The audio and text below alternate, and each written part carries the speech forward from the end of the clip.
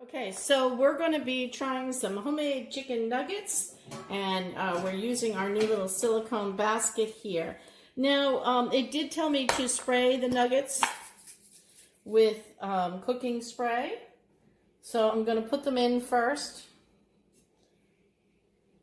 Try and get them all the same size so they cook at the same time. These are some bigger nuggets. I'll put my cooking spray in there. There we go.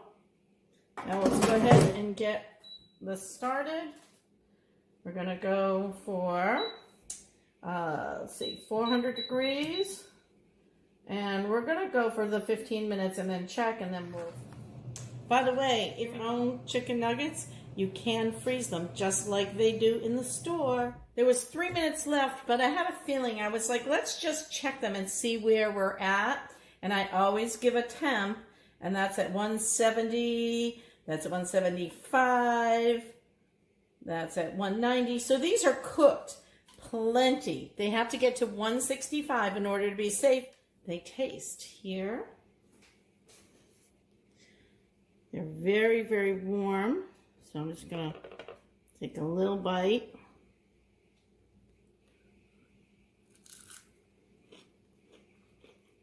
Those are pretty good.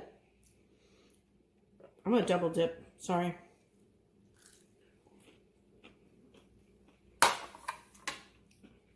All right, I have to share this recipe with y'all. I ground this chicken myself from some chicken breast that we got on sale. And then I added in a few ingredients. And then just dipped them in some panko and a little bit of Parmesan cheese.